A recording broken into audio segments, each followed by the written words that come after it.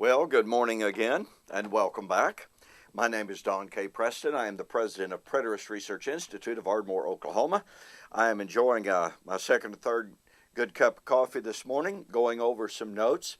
And by the way, I forgot to answer a question that I had promised a viewer that I would answer on the previous segment. I had pointed out, as I'm sharing with you some thoughts in regard to the dating of Revelation, I pointed out that Revelation is to a great extent about the fulfillment of the Song of Moses. The Song of Moses is referred to repeatedly in the book of Revelation. Well, the Song of Moses speaks of Israel's last days, her latter end, her last end. And I noted that Deuteronomy 32 foretold the avenging of the blood of the martyrs, Deuteronomy 32:43, and that Revelation 19, at the fall of Babylon, Deuteronomy 32:43, is cited as now fulfilled.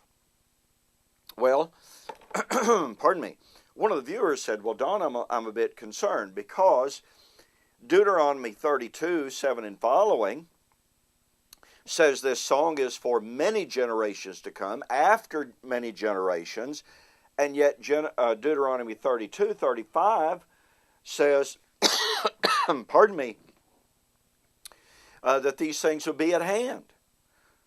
Is there a contradiction here?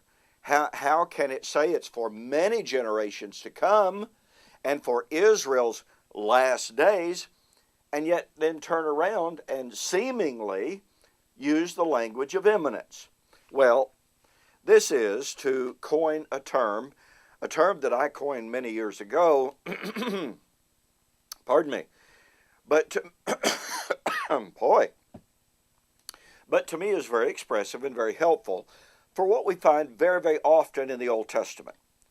And this term is projected imminence. Here's what I mean by that.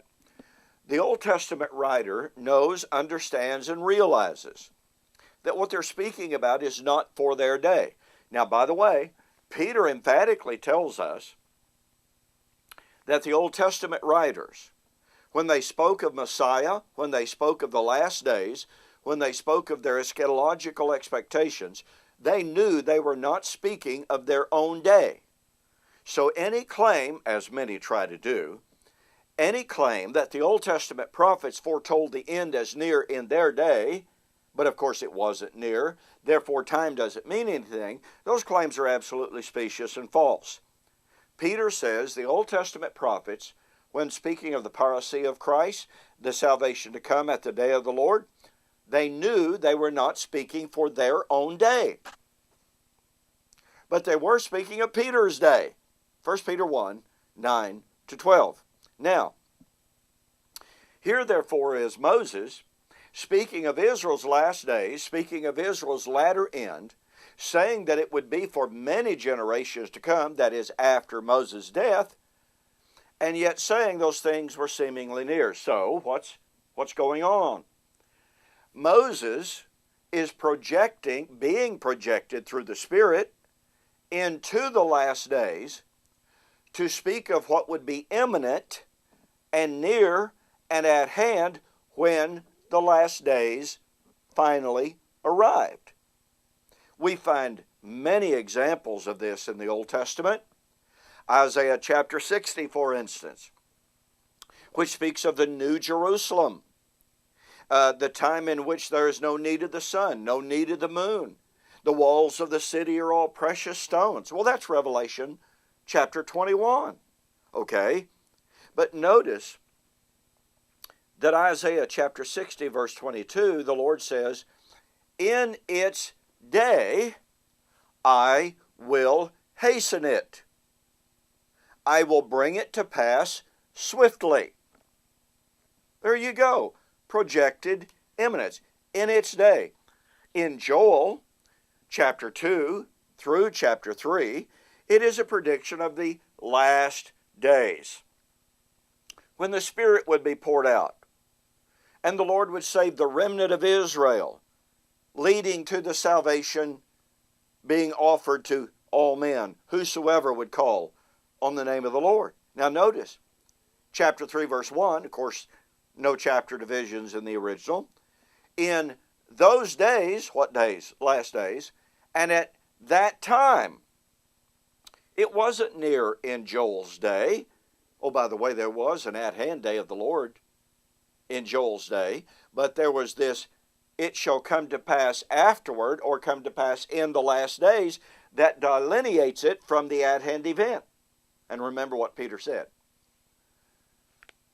So Joel was being told of events in the last days at that time. Well, what would be true in the last days? Well, Joel 3:14, the day of the Lord. The day of the Lord is near in the valley of Jehoshaphat.